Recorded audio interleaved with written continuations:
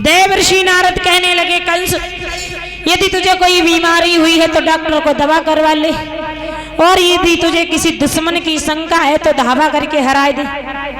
कंस बोला, बाबा नारद तुम्हें पता है कि हमारे काल जो है कृष्ण बलराम जो वृंदावन में पाले जा रहे हैं, हमने बड़े बड़े सूर बलवान भेजे और भगवान कन्हैया को किसी ने आकर के मुझे ये नहीं बताया कि कन्हैया गोरा है कि काला है कि मोटा है कि पतला है। आज तक हमें किसी ने कोई नहीं यही नहीं बताया। तो बाबा नारद कहने लगे, मरे उपाय जा रहे तुम, हम तुम्हें उपाय बताए रहे। बोले क्या?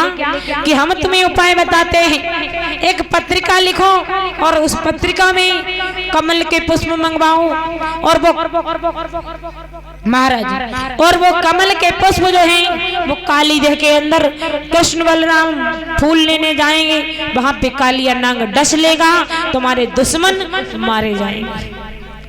अब तो कंस ने पत्रिका लिखी, वृंदावन के रहने वाले बाबा नंद, हमें कमल के पुष्पों की आवश्यकता है, और कल सुबह अगर कमल के पुष्प नहीं आए तो तुम्हारे सारे परिवार को पकड़कर जेल में डलवा देंगे। महाराज ये पत्रिका जब वृंदावन में पहुंची, बाबा नंद ने ये पत्र पढ़ा है तो बाबा नंद जो है वो रोने लगे हैं। यशोदा ने पूछा है कि अरे स्वामी आप क्यों रो रहे हो? तो नंद समझा करके कहने लगे, यशोदा अब तुम भी इस पत्र को पढ़ करके देखो, तुम भी रोने लगोगी।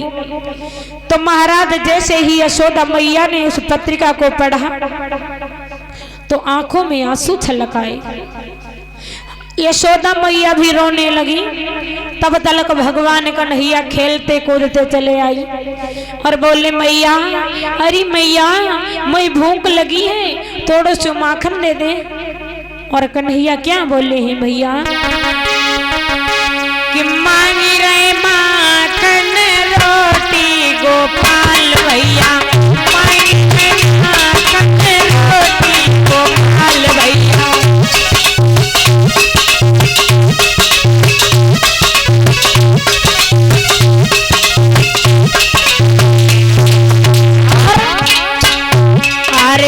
हमका मैया भूख लगी है,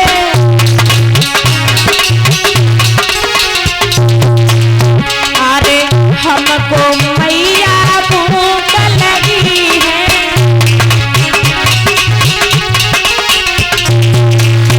अरे दे दे माखन रोटी गोपाल भैया, दे माखन रोटी गोपाल भैया।